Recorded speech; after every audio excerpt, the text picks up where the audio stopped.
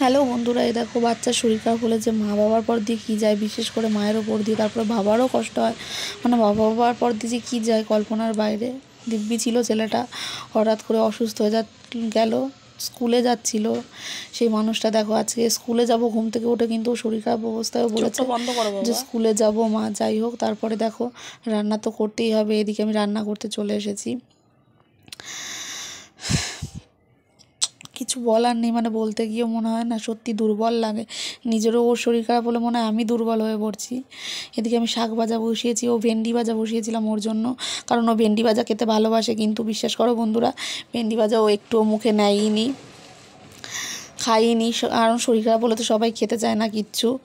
তো তারপরে দেখো এখানে শাক ভেন্ডি ভাজা, আর সকালবেলা তোমাদের দাদাভাইকে আমি ভাত রান্না করে দিয়েছিলাম, পেঁপে আলুর তরকারি রান্না করেছিলাম, আর এই তরকারিগুলো কালকের। তো যাই হোক, সেগুলো পেছনে সরিয়ে রাখলাম। এদিকে দেখো এবার ডিম সিদ্ধ করলাম ওর জন্য, কিন্তু ডিম সিদ্ধটাও আমার ছেলে আজকে একদমই খায়নি। আর এদিকে ডালও হয়ে গেছে। প্রত্যেক দিন আমি একটা রান্নারই ফটো দিই, বিশেষ করে সাধারণত। তো সবাই ভাবতে পারে আমি প্রত্যেক দিন একটা রান্নাই করি, কিন্তু আমি একটা রান্না করি না বন্ধুরা। যাই হোক, তারপর বেগুন ভাজা করলাম, আর এদিকে ভাতটা মানে ছেলে খাবারটা রেডি করে নিয়েছি। আরও একটা কারণেই বললাম একটা রান্নার ফটো দিই, এই কারণে যেটা সবথেকে ভালো রান্না হয় সেটাই দেওয়ার চেষ্টা করি।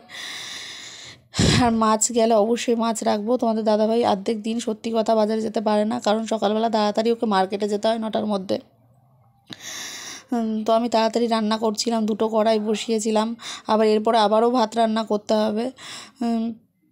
কারণ ওইটুকু ভাত তো আমাদের দুপুরবেলা 3জন, মানে আমার শাশুড়ি, আমি, আমার বরের হবে না, 2বার করে ভাত রান্না করা হয়। এদিকে শাক ভাজা করে নিয়ে পেঁয়াজ লঙ্কা দিয়ে শাক ভাজছিলাম নর্মালি, মাছের অপেক্ষা করছিলাম, আরও তাড়াতাড়ি করারও চেষ্টা করছিলাম। এদিকে আমার ছেলেটা বারবার আমায় রিকোয়েস্ট করে যাচ্ছে, মা ছুঁয়াছুঁই খেলো, যেহেতু শরীর খারাপ, কিচ্ছু ভাল লাগছে না, তোমরা জানো, মানে সব কিছুতেই অস্থিরতা প্রকাশ করে এই সময়। আমারও মাঝে মাঝে সত্যি এই অবস্থায়ও রেগে যাই, কিন্তু যখন আবার বুঝি তখন ওকে কোলে নিয়ে কী করবো বলো। একা একা আমার বাচ্চাটা সত্যি কথা এক প্রকার, মানে আমার শাশুড়ি পুজো করছিল, আর তার থেকে বড় কথা শাশুড়ির কাছেও শরীর খারাপ হলে খুব একটা যেতে চায় না। তারপরে ওকে খাবার খাওয়াবো, কিছু তো খাবেই না, সকাল থেকে একটা বিস্কুট খেয়ে আছে। তারপরে এই যে 11:30টার সময় খাওয়াতে বসেছি, দেখো একবার খেতে মোটে চাচ্ছে না। বলছি ভেন্ডি ভাজা দেবো না, ডিম সিদ্ধ দেবো না, সব কিছুতেই না না করছে, মানে জোর করে এক প্রকার মনে হয় 2 চামচ। বারবার বলছি বাবা না খেলে তো তোমার শরীর খারাপ করবে, খাও 2 চামচ খাও। তো ছেলে মানে অনেক বকাঝকা করে এক প্রকার খাইয়েছি, বলো একটু তো খেতে হবে, ওষুধ খাচ্ছে যেহেতু, তার জন্য ওষুধ না খেলে কী করে হবে বলো। আর দেখো কাশিটা একবার দেখো, ভীষণ কাশি হয়েছে, মানে ভালো লাগছে না আমার, জাস্ট মনে হয় ওর শরীর খারাপ। অনেকটা দিন আমার ছেলেটা সুস্থ ছিল, স্কুলে যেয়ে 2 দিন বেচারা আনন্দ করছিল, শরীর খারাপ অবস্থায় স্কুল যাব মা স্কুল যাব করছিল, সেই বাচ্চাটার আজকে এত কাশি হয়েছে, মানে স্কুলে তো নিয়ে যেতে পারলাম না। বকে ঝোঁকে খাওয়ানোর পরেই আমি ওকে ঘরে নিয়ে এসেছিলাম।